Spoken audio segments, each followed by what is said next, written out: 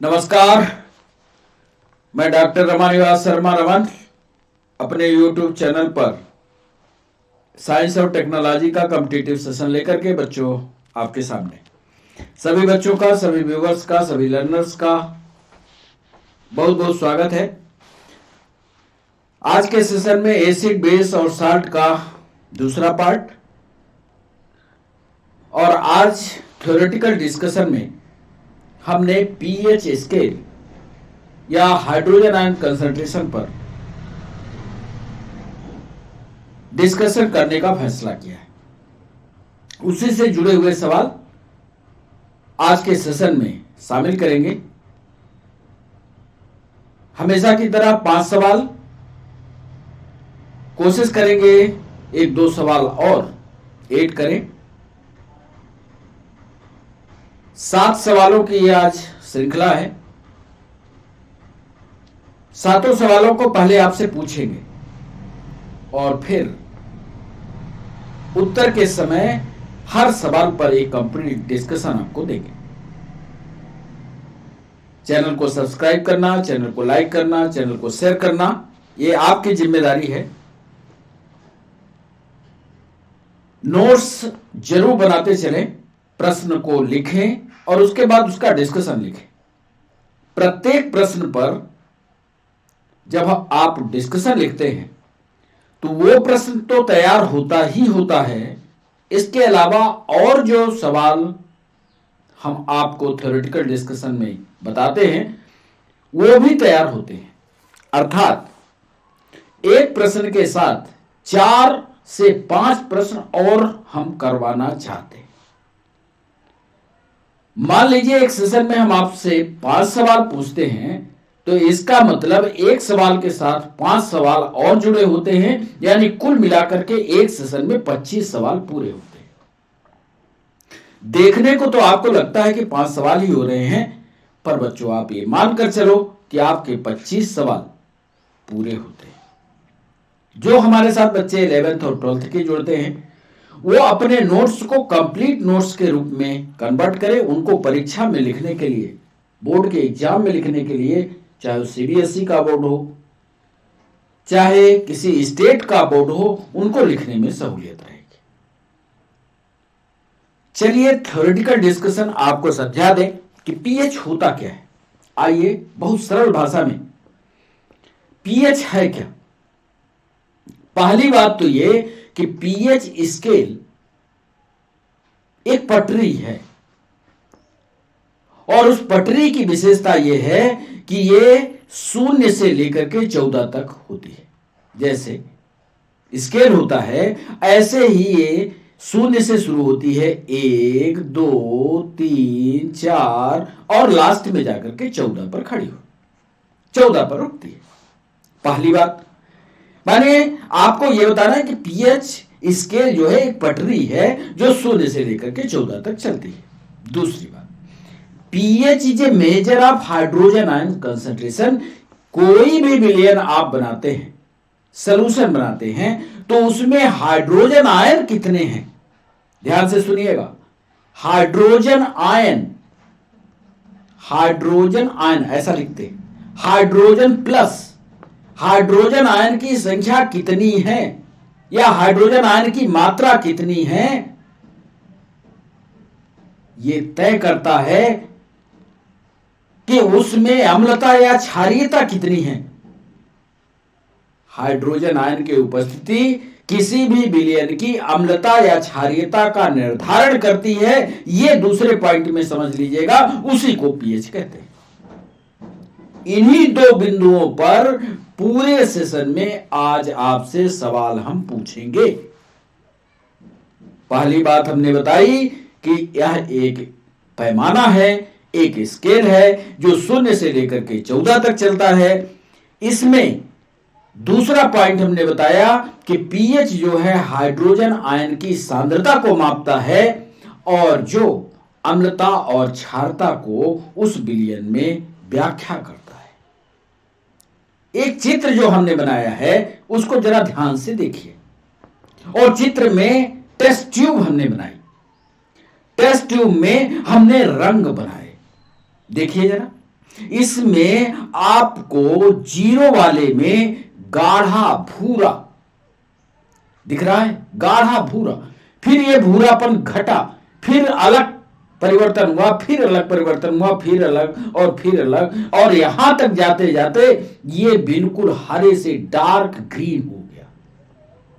और जब dark green हो जाए तो इसका मतलब ये उदासीन हो गया।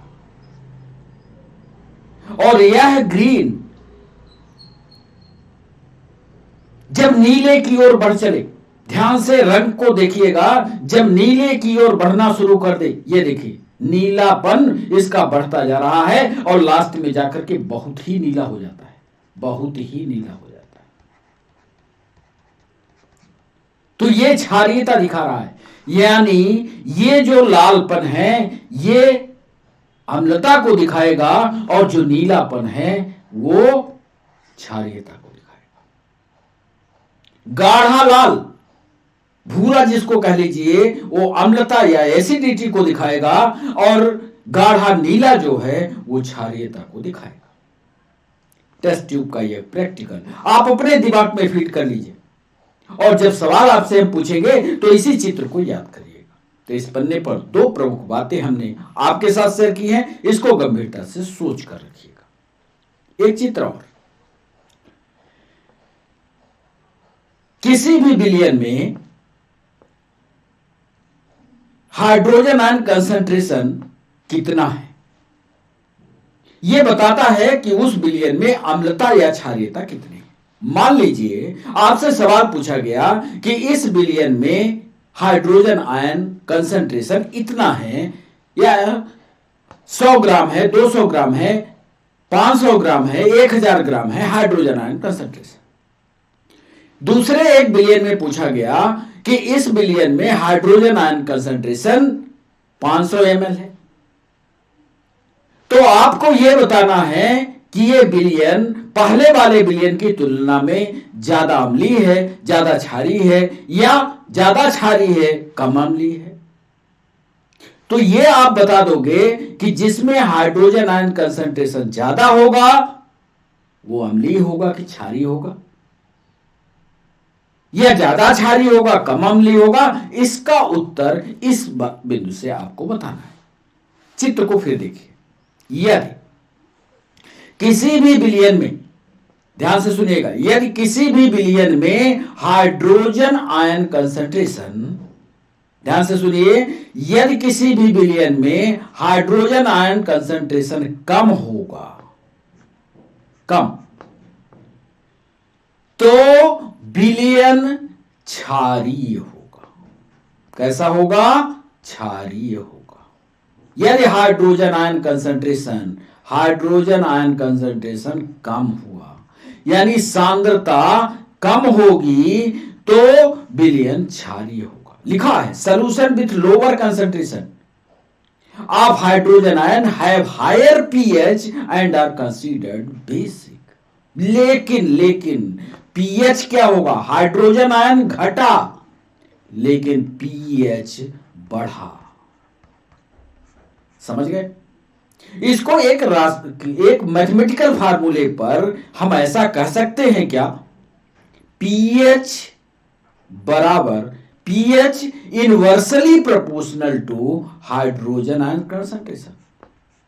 क्या यह फार्मूला बच्चों बताओ सही है? आपके दिमाग पर जो गणित पढ़ते होंगे बच्चे, उनके समझ में आ गया होगा। बिल्कुल सही है यह फार्मूला। यदि हम हाइड्रोजन आयन कंसंट्रेशन बढ़ाते हैं तो पीएच घटेगा। तो ये पीएच घटा, यदि हाइड्रोजन आयन कंसंट्रेशन बढ़ा तो पीएच क्या होगा?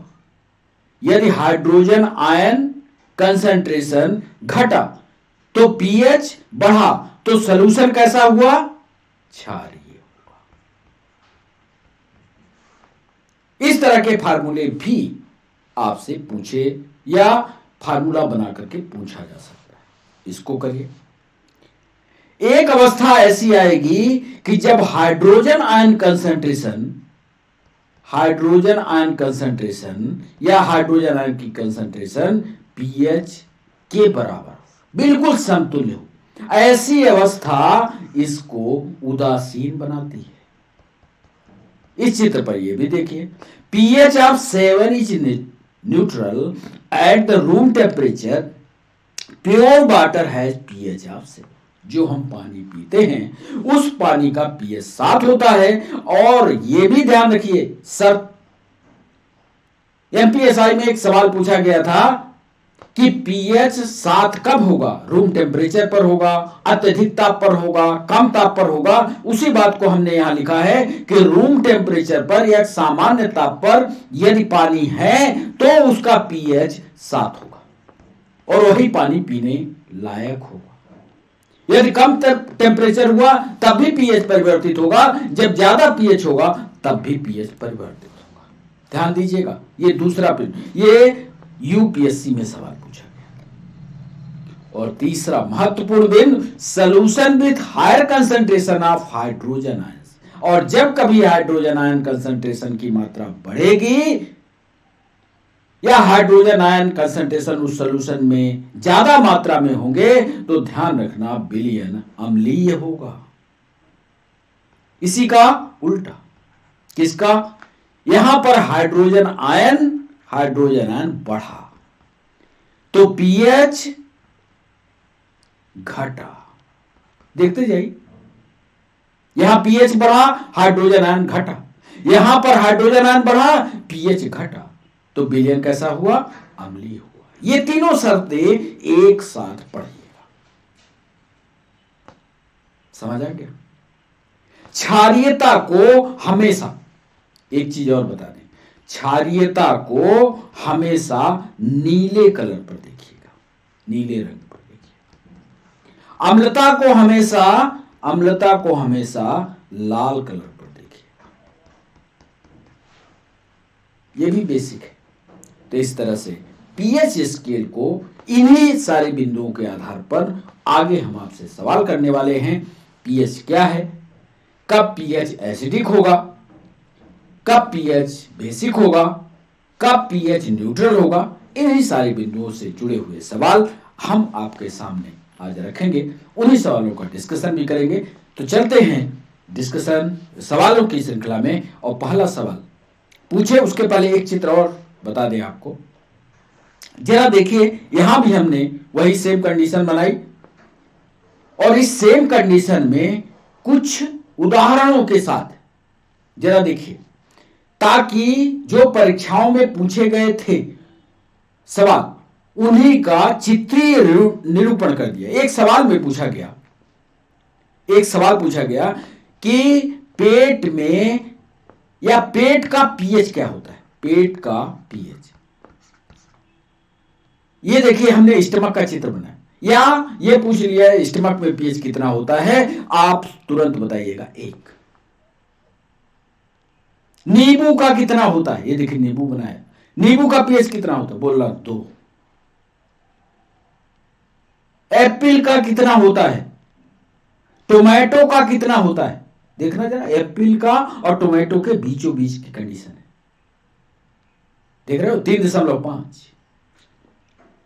टमाटर का 4।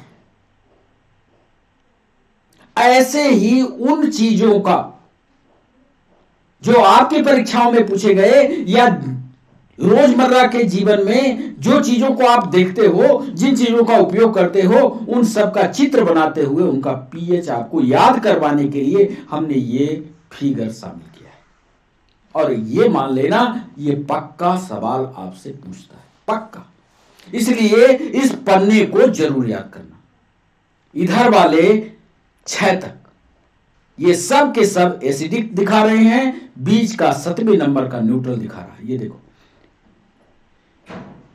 आपसे पूछा गया ब्लड का पीएच कितना, ये भी पूछा गया है, याद करना, ब्लड का पीएच 8 होता है। ब्रोकली का सीजन है, ब्रोकली आप देखते हो, उसको कहते हैं साहब ये शुगर में बहुत फायदा करता है। उसका कारण है, ये एक अलग डिस्कशन का पॉइंट है। ब्रोकली का देखो 10। ऐसे ही सारी चीजों का जितने का हमने बनाया है, बच्चों जब आप नोट्स बनाना तो एक एक चित्र तो बना लेना, पर एक एक का पीएच जरूर याद कर लें। जैसे स्टमक, जैसे लेमन का लिख लेना, जैसे एप्पल का लिख लेना। इनके सब के पीएच आपको याद रहने चाहिए। याद करने के लिए हमने चित्रीय निरूपण किया है ताकि आपको ये याद हो जाए। तो चलते हैं हम एमसीक्यू सेशन पर और पहला सवाल आपसे पूछते हैं। पहला सवाल आज के लिए, ताजा दूध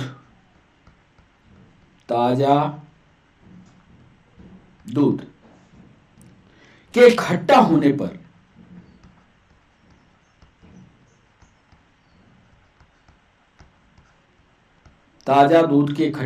पर उसका पीएच क्या होगा?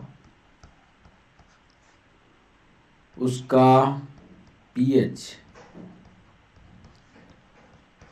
क्या होगा यदि पहले उसका पीएच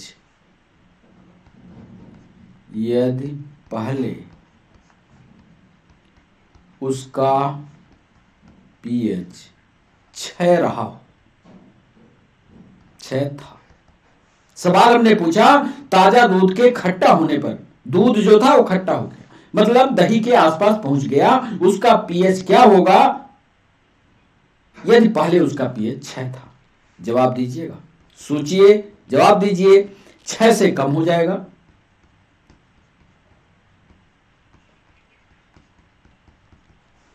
बी ऑप्शन दे रहे हैं 6 से अधिक हो जाएगा,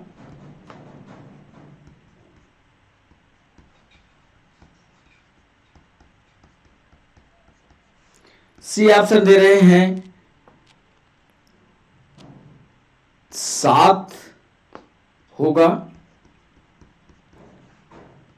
और डी ऑप्शन दे रहे हैं पीएच में कोई परिवर्तन नहीं होगा।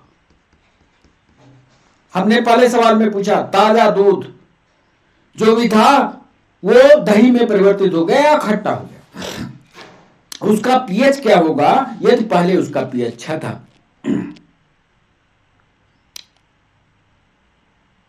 अब क्या हुआ कि उसमें थोड़ा सा दिमाग लगाएंगे तो उत्तर बन जाएगा, और नहीं तो हम बताएंगे आज इसका कंप्लीट डिस्कशन। पहले सवाल का दूसरा सवाल आपके स्क्रीन पर यह रहा। बिलियन के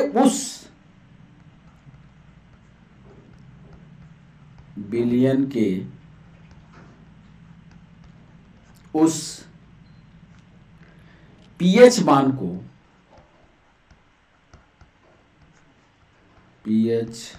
को क्या कहा जाता है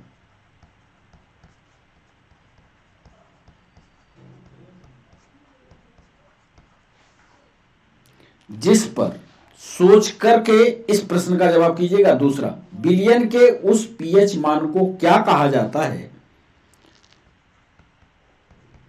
जिस पर विद्युत क्षेत्र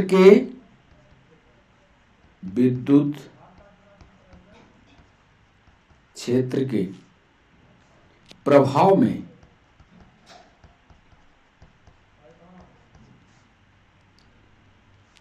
पोलर एमिनो एसिड का या ध्रुवीय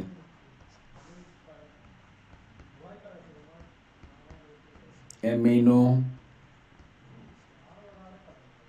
एसिड का ट्रांसपोर्टेशन नहीं होता, अभिगमन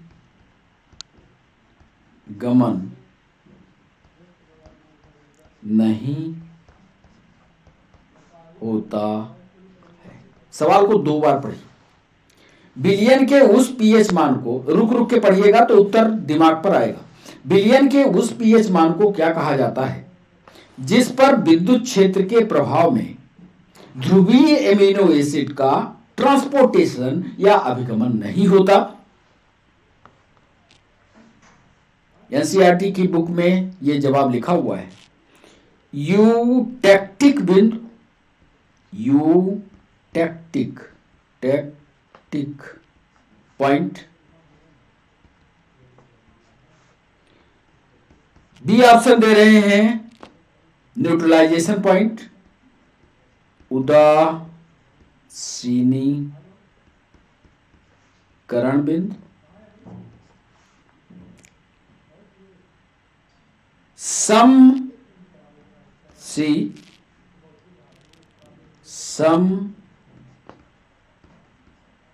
वैद्युत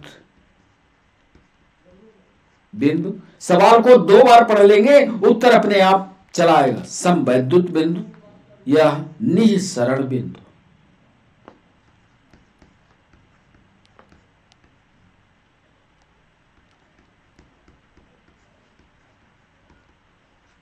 एक बार और हम सवाल को पढ़ते हैं ताकि आप उत्तर कर पाए।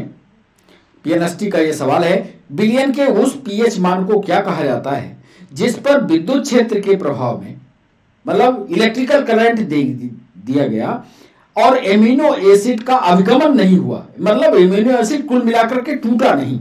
यूक्टेक बिंदु कहलाएगा, न्यूट्रलाइजेशन बिंदु कहलाएगा, होमियो इलेक्ट्रिकल पॉइंट कहलाएगा या निःसरण बिंदु कहलाएगा। सही जवाब कमेंट सेक्शन में कीजिए, और नहीं बनेगा तो इसका एक कंप्लीट डिस्कशन दूसरे सवाल का हम लेकर के आएंगे। बच्चों, तीसरा सवाल आपके स्क्रीन पर, हाइड्रोक्लोरिक अम्ल यानी HCl किसके द्वारा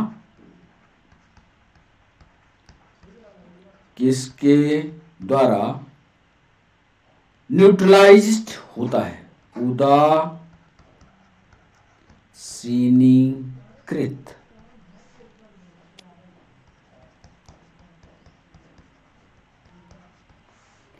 HCl किसके द्वारा उदासीनीकृत होता है, यह सवाल हमने पूछा। जल्दी में जवाब करने की कोशिश मत करिएगा, गड़बड़ हो जाएगा। जेल प्रहरी में 2015 में पूछा गया सवाल।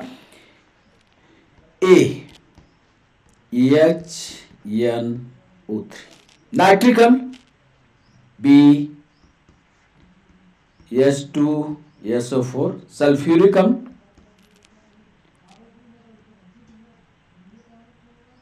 सिट्रिक अम्ल और डी सोडियम हाइड्रोक्साइड।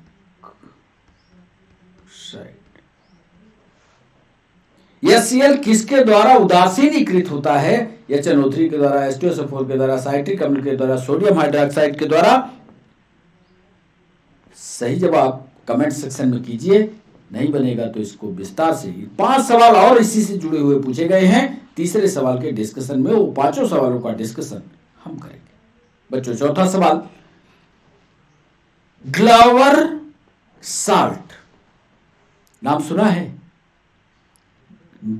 GLAUB,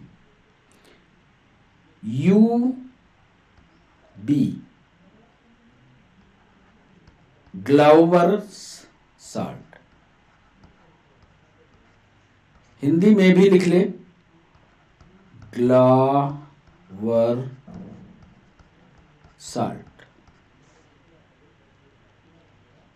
है।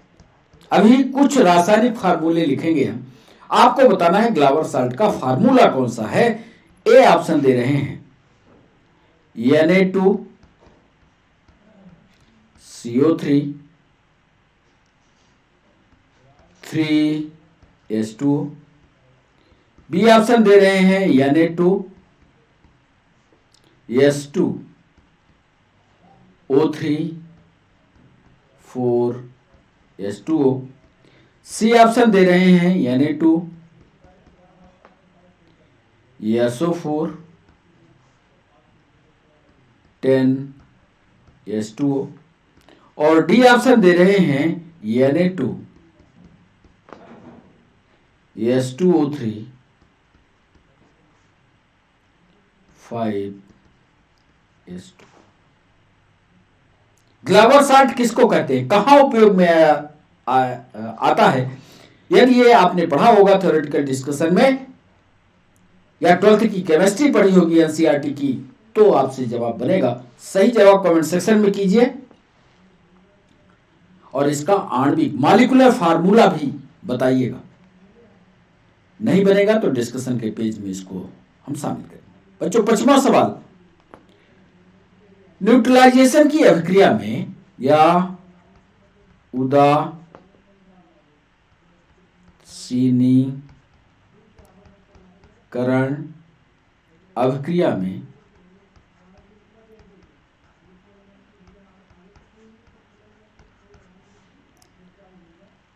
अम्ल क्षार के साथ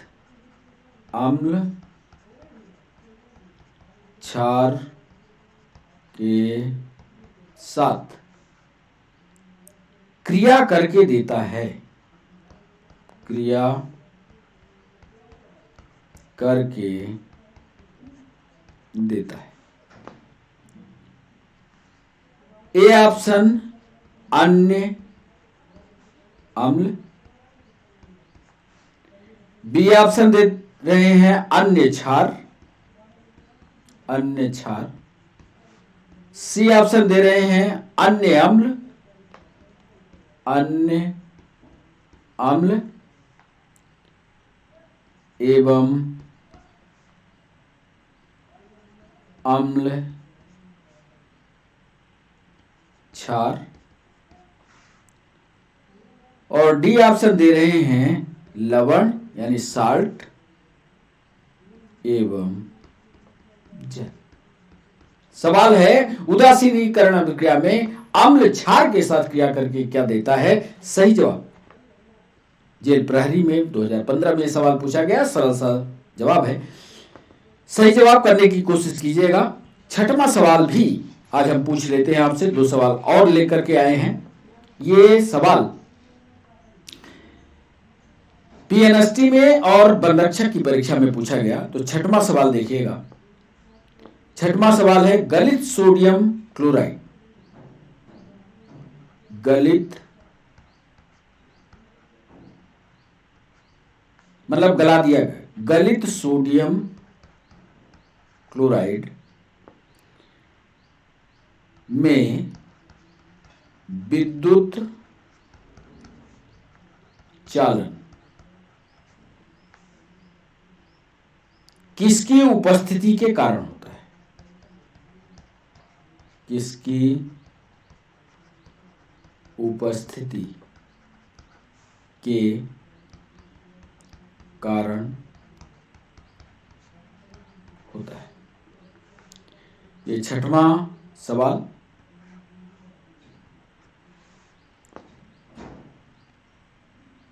ए ऑप्शन इसका है मुक्त इलेक्ट्रॉन के कारण, मुक्त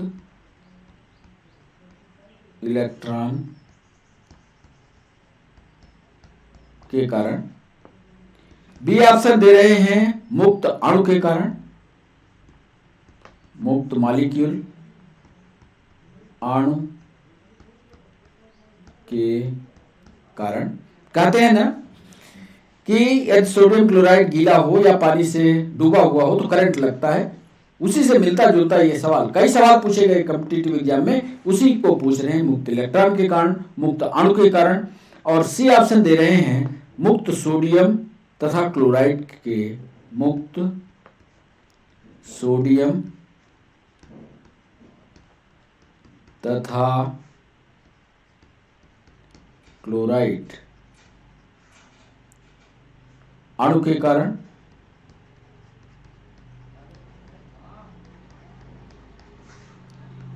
और डी ऑप्शन दे रहे हैं मुक्त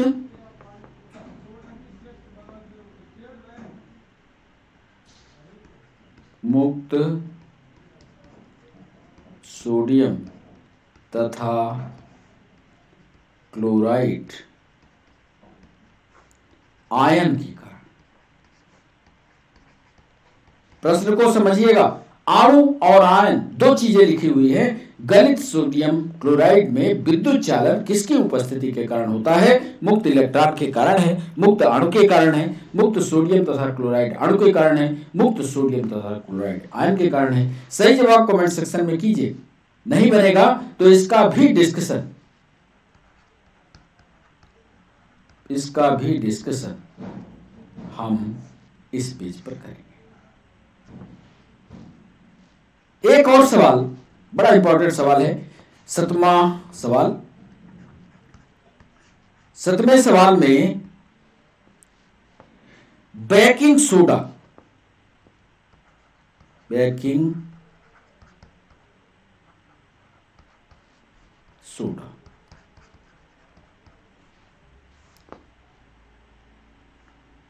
है, उसका रासायनिक फार्मूला पूछ रहे हैं।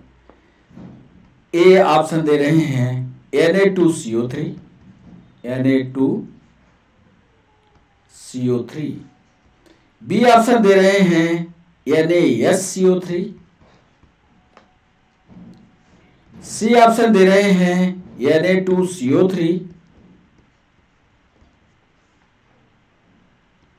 H2O, और डी ऑप्शन दे रहे हैं K2CO3,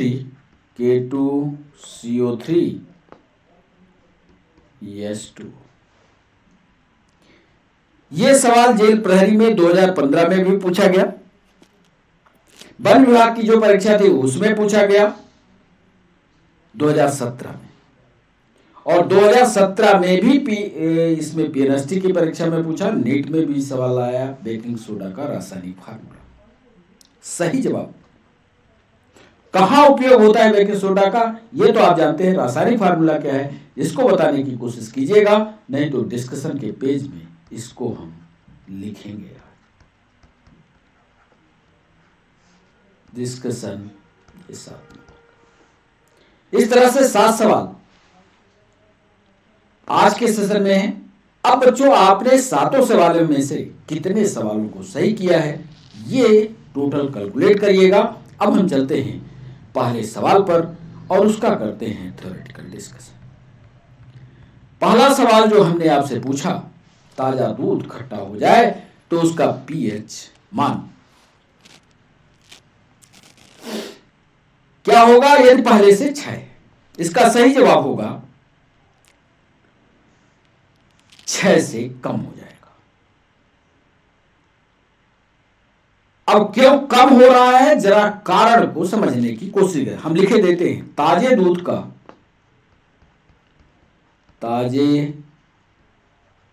का पीएच 6 होता है। एक बात तो ये, दही बनने पर लैक्टिक एसिड का निर्माण हो जाता है। याद रखिएगा, यह भी कॉम्पिटिटिव एग्जाम में पूछा गया था कि जब दूध खट्टा हो जाता है तो कौन सा एसिड बनता है। तीसरी बात, लैक्टिक एसिड बनने के कारण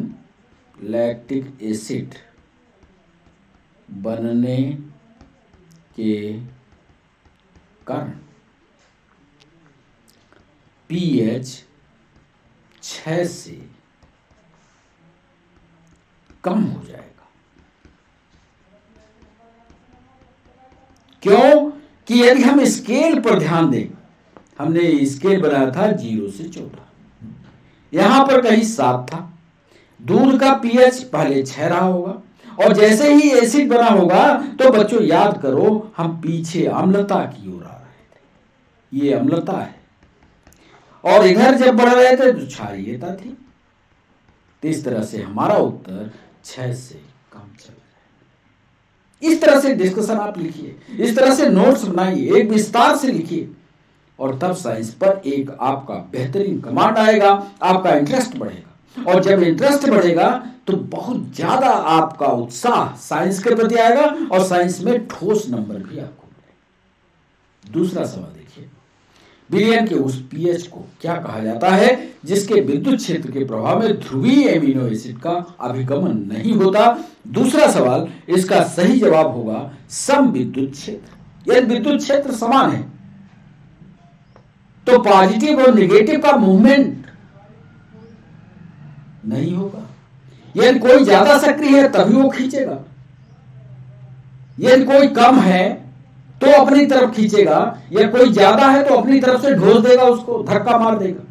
कैसे? इसका विस्तार से इसको विस्तार से हम लिखते हैं, जरा इस थ्योरी को देखिएगा। एमिनो अम्ल के लिए, एमिनो अम्ल के लिए विलयन का पीएच, विलयन का पीएच ऐसा अवश्य होगा, ऐसा अवश्य होगा जिस पर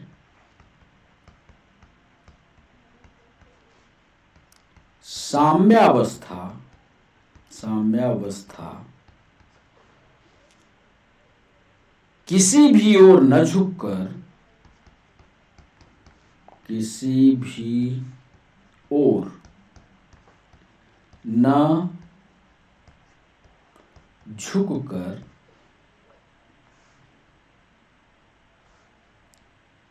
एमिनो अम्ल,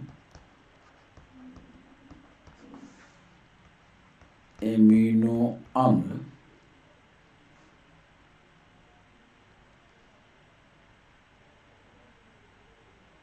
ज्विटर आयन के रूप में ही रह जाए,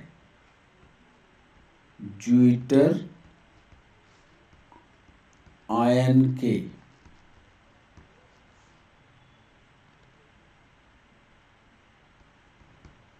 रूप में ही रह जाए। ऐसी अवस्था में, ऐसी अवस्था में विद्युत क्षेत्र आरोपित करने पर, विद्युत क्षेत्र आरोपित करने पर भी ज्विटर आयन का अभिगमन नहीं होगा, अभिगमन नहीं होगा। एक अवस्था ऐसी है जो साम्यावस्था की है, और साम्यावस्था की अवस्था में यदि विद्युत क्षेत्र में उसको रखते भी हो तब भी आयनों का आदान प्रदान इधर से उधर नहीं होगा। ये दूसरे पॉइंट में लिखा है, 1 पॉइंट, 2 पॉइंट। तीसरा पॉइंट, ऐसे पीएच को, ये नीट में सवाल पूछा गया, ऐसे पीएच को उस एमिनो अम्ल का, उस एमिनो अम्ल का समविभव, समविभव होमोपोटेंशियल पॉइंट कहते हैं, समविभव बिंदु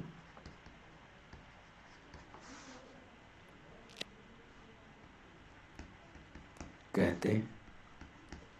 एक सवाल में ये पूछा गया समविभव बिंदु कि एस्पार्टिक एसिड का समविभव बिंदु। अब यदि ये पूछा जाए समविभव बिंदु क्या है, तभी आप जवाब दे लोगे जब आयनों का आदान प्रदान ना हो, अभिगमन ना हो, उसको समविभव बिंदु कहेंगे। एक का याद करो कि अल्फा एमिनो एसिड या एस्पार्टिक एसिड का समविभव बिंदु कितना है, तो चौथे पॉइंट में लिखे देते हैं एस्पार्टिक अम्ल, एस्पार्टिक अम्ल अल्फा एमिनो, एक अल्फा एमिनो एसिड का समविभव बिंदु 3 होता है।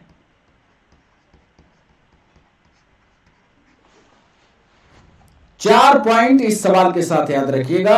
एमिनो अम्ल के विलयन का पीएच ऐसा अवश्य होगा जिस पर साम्यावस्था किसी भी ओर न झुक करके एमिनो अम्ल के दोनों आयन के रूप में ही रह जाए, ज्विटर आयन के रूप में हो जाए, मतलब ना तो आयन इधर जाए ना आयन उधर जाए। ऐसी अवस्था में विद्युत क्षेत्र यदि आरोपित भी किया जाए तो आयनों का अधिगमन नहीं होगा और ऐसे पीएच को उस एमिनो अम्ल का समविभव बिंदु कहा जाता है। अल्फा एमिनो एसिड या एस्पार्टिक एसिड का समविभव बिंदु 3 होता है।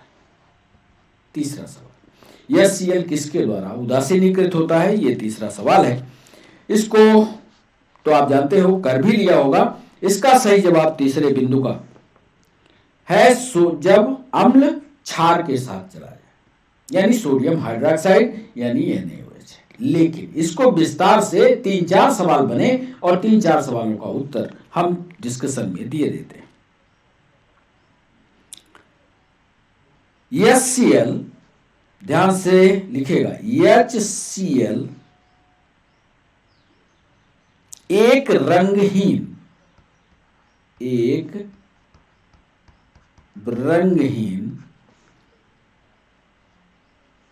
गैस है।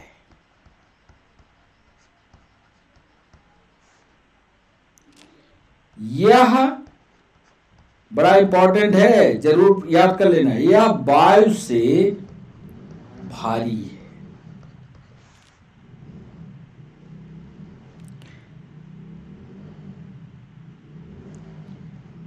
इसमें तीक्ष्ण तथा दम घोटने वाली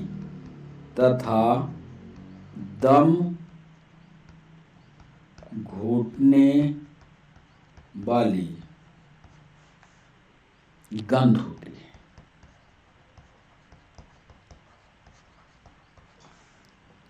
हाइड्रोक्लोरिक एक, आप जानते हैं, ये एसिड है। यह गर्म की अवस्था में यह एक रंगहीन गैस के रूप में दिखाई देता है, लेकिन यह वायु से भारी है, इसीलिए नीचे की ओर बैठता है। इसमें तीक्ष्ण और दम घोटने वाली गंध होती है। कभी HCl को सूख करके देखना।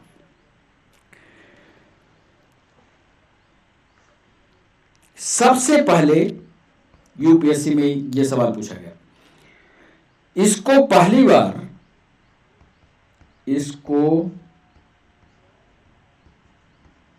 पहली बार ग्लावर नामक वैज्ञानिक है, ग्लावर वैज्ञानिक है, याद रखना। ग्लावर ने नमक पर H2SO4 यानी सल्फ्यूरिक अम्ल की क्रिया से, नमक पर सल्फ्यूरिक अम्ल की क्रिया से प्राप्त किया था। हो सकता है ये आपकी जानकारी किताब पर ना हो, इसलिए ध्यान से इस डिस्कशन को पेज आउट कर लेना, लिख लेना, प्राप्त किया था। तीसरा एक और सवाल पूछा गया। इसका उपयोग HNO3 में मिलाकर, नाइट्रिक एसिड में मिलाकर, HNO3 में मिलाकर एक्वारेजिया अम्लराज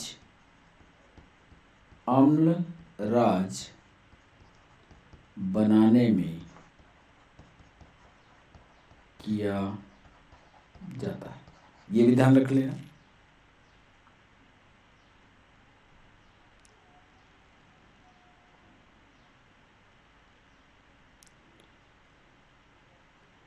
चौथा पॉइंट, इसका उत्तर लिख लो कि HCl सोडियम हाइड्रोक्साइड यानी OH द्वारा उदासीनीकृत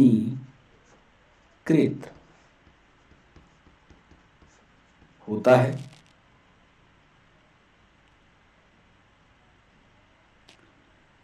इसी से जुड़ा हुआ एक प्रश्न और पूछा गया, उसको भी लिख लो कि H2SO4 अम्लों का राजा कहलाता है। एक प्रश्न के साथ 5-6 सवाल पढ़ लो। एक और सवाल पूछा गया MPSI में कि H2SO4 के बीच में, दो हाइड्रोजन के बीच में कौन सा बंध होता है, ये भी सवाल आया, तो ये भी लिख लो। H2SO4 के अणुओं के बंध, H2SO4 के अणुओं के मध्य हाइड्रोजन बॉन्ड होता है, हाइड्रोजन बॉन्ड होता है।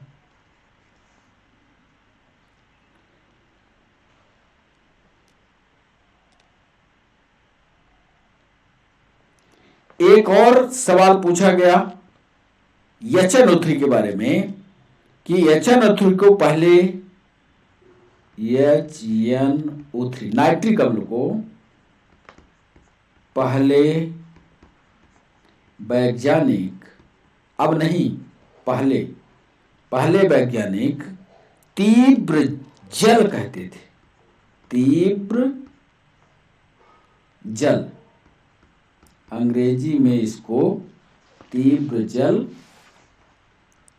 एक्वाफोर्टिस कहते थे।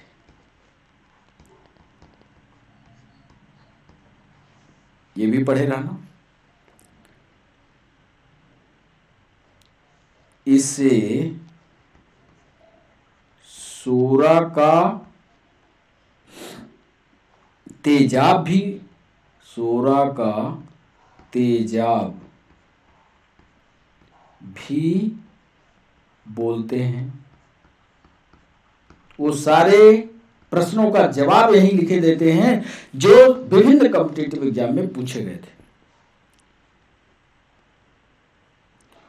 इसका 8वें और लास्ट पॉइंट में लिखे देते हैं HNO3 का उपयोग, HNO3 का उपयोग TNT विस्फोटक है, ट्राई नाइट्रोटॉल्यूएन, TNT,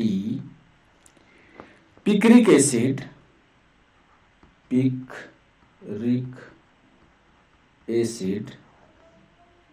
तथा पिक्रिक एसिड तथा कृत्रिम रेशा बनाने में, कृत्रिम रेशा बनाने में किया जाता। इतने सवालों को, 8 सवालों को इस सवाल के साथ जोड़ दिया है। फिर से एक बार पढ़ लो कि HCl एक रंगहीन गैस है। HCl एसिड है। क्योंकि एसिड है, क्योंकि ये बार से भारी है, इसलिए लिक्विड फॉर्म में नीचे की ओर आता है, लेकिन है रंगहीन गैस। इसमें तीक्ष्ण और दम घुटने वाली गंध होती है। इसको पहली बार ग्लावर ने नमक पर H2SO4 की क्रिया से प्राप्त किया था। नमक पर H2SO4 की क्रिया से प्राप्त किया था। इसका उपयोग HNO3 से मिलाकर अम्ल राज बनाने में किया जाता है। HCl NaOH के द्वारा उदासीनीकृत होता है। H2SO4 अम्लों का राजा कहलाता है। H2SO4 के अणुओं के मध्य हाइड्रोजन बॉन्ड होता है। HNO3 को पहले वैज्ञानिक तीव्र जल एक्वाफोर्टिस कहते थे। इसे सोरा का तेजाब भी बोलते हैं। HNO3 का उपयोग TNT, पिक्रिक एसिड तथा कृत्रिम रेशा बनाने में किया जाता है। ग्लावर साल्ट क्या होता है? और इसका सही जवाब होगा Na2SO4 10H2SO। लिखिएगा ग्लावर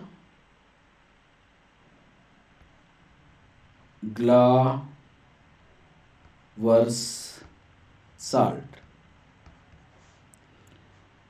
का मॉलिक्यूलर फार्मूला यानी आणविक, ये भी सवाल पूछा गया, आणविक सूत्र Na2SO4 Na2SO4 10H2O है। सोडियम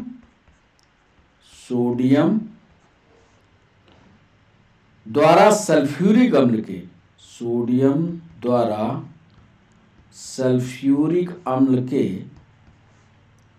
दोनों हाइड्रोजन के प्रतिस्थापित होने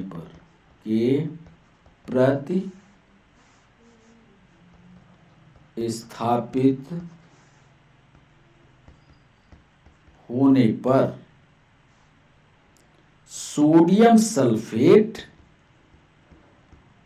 सोडियम सल्फेट नामक लवण प्राप्त होता है। याद करिए H2SO4 में कितने हाइड्रोजन हैं? यहां देखिए 2 हाइड्रोजन है, एक हाइड्रोजन SO4 है ये। तो ये दोनों हाइड्रोजन जब कभी भी ये दोनों हाइड्रोजन रिप्लेस होते हैं किसके द्वारा रिप्लेस होंगे? एक सोडियम इधर आएगा, दूसरा सोडियम इधर आएगा। इसीलिए ये जो फार्मूला लास्ट में बनता है वो बनता है Na2। फिर ये सीधे SO4 हो जाएगा और एक्वस हो जाता है, यानी 10 अणु पानी के हो जाते हैं। तो याद रखिएगा, हाइड्रोजन दोनों सल्फ्यूरिक अम्ल के दोनों हाइड्रोजन प्रतिस्थापित होकर के एक्वस सॉल्यूशन सोडियम का बन जाए, उसी को कहते हैं क्लेवर साल्ट। और ये एक प्रकार का लवण होता है जिसमें दोनों हाइड्रोजन के अणु प्रतिस्थापित होते हैं। जो 5वां सवाल है, उदासीनीकरण अभिक्रिया में अम्ल क्षार क्रिया करके क्या देता है, इसको तो आप बता देंगे। इसका सही जवाब होगा पानी और लवण बनता है। तो अम्ल, इसका एक फार्मूला आपने पढ़ा होगा, अम्ल धन क्षार। ये जब आपस में क्रिया करते हैं तो लवण बनता है और प्लस पानी बनता है। जब कभी भी अम्ल और क्षार क्रिया करेंगे, और यही जो अभिक्रिया होती है, इतनी जो अभिक्रिया होती है, इस पूरी अभिक्रिया को जब लवण और पानी बन जाए तो इसको कहते हैं उदासीनीकरण, या इसी को अंग्रेजी में न्यूट्रलाइजेशन कहते हैं। न्यूट्रलाइजेशन क्या है यदि आपसे पूछा जाए तो आप बताइएगा, अम्ल और क्षार आपस में क्रिया करके लवण और पानी बना दें, यही क्रिया उदासीनीकरण की कहलाती है। बच्चों, 6वां सवाल, गलित सोडियम क्लोराइड में विद्युत चालन किसकी उपस्थिति के कारण होता है? तो मुक्त सोडियम तथा क्लोराइड आयन के कारण होता है, अणु के कारण नहीं, आयन के कारण। थोड़ी सी टेक्निकल बात को पकड़ते, क्योंकि दोनों आयन होते हैं तभी ये रासायनिक क्रिया होती है। तो इसका सोडियम लिखिएगा NaCl, या कॉमन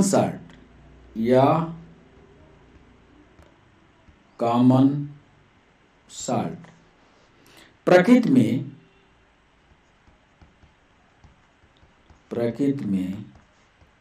रॉक साल्ट के रूप में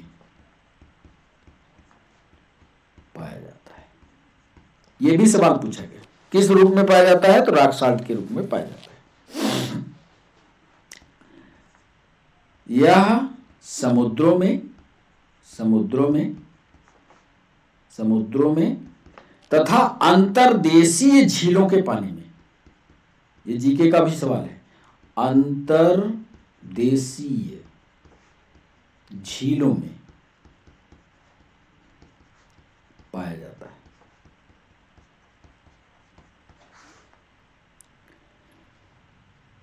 melt sodium chloride, melt NaCl विद्युत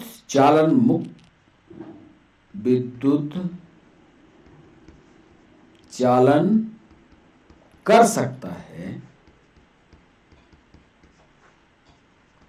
और उसका कारण सोडियम तथा क्लोराइड आयन होते हैं। सरल सा सवाल है, पर डिस्कशन आप अपने दिमाग में बैठा लीजिए, बढ़िया से इसका नोट्स बनाइए। 7वां सवाल और आज के सेशन का अंतिम सवाल, बेकिंग सोडा। इसको खाने के सोडे के नाम से भी जानते हैं बेकिंग सोडा को, और इसका सही जवाब होगा सोडियम बाइकार्बोनेट। इसका उत्तर कई बच्चों ने दिया है, सही जवाब दिया है। डिस्कशन में लिखिएगा खाने के सोडे, खाने के सोडा को बेकिंग सोडा कहते हैं। एक बात तो ये, कई सवालों में यही वर्ड पूछा गया, कुछ सवालों में ये पूछा गया इसका रासायनिक सूत्र, इसका रासायनिक सूत्र तो बताइएगा NaHCO3 होता है, जिसे बाइकार्बोनेट भी कहते हैं, बाइकार्बोनेट भी कहते हैं।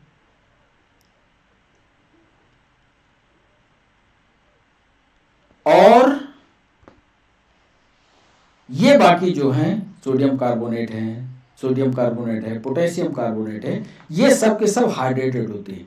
ये सोडियम बाइकार्बोनेट जो होता है, जो बेकिंग सोडा होता है, ये हाइड्रेटेड नहीं होता। कुछ किताबों में हम देख रहे थे तो उसने बेकिंग सोडा का फार्मूला लिखा है NaSCO3H2O, लेकिन वो गलत है। यहां पर सही फार्मूला, इसका एग्जैक्ट फार्मूला जो होता है सोडियम बाइकार्बोनेट NaSCO3 है। अलग से इसमें H2O नहीं जुड़ा हुआ है। तो बच्चों ये 7वां डिस्कशन। आज के सेशन में सिर्फ 7 सवाल हुए हैं। 7 सवालों में कितने सवालों को आपने सही किया, ये जरूर इसका लेखा जोखा रखिएगा। आज के सेशन को अब यहीं रोकना होगा। कैसा रहा डिस्कशन, ये जरूर आप अपने कमेंट सेक्शन में बताइएगा। बच्चों आप हमारे साथ जुड़े, इसके लिए सभी बच्चों का बहुत बहुत शुक्रिया। कल फिर एसिड, बेस और साल्ट पर आप इस चैप्टर को अच्छे से पढ़ते रहिए। तीसरा सेशन लेकर के फिर हम आपके सामने होंगे। फिर मिलते हैं नए सेशन के साथ। तब तक के लिए बच्चों बाय बाय, नमस्कार।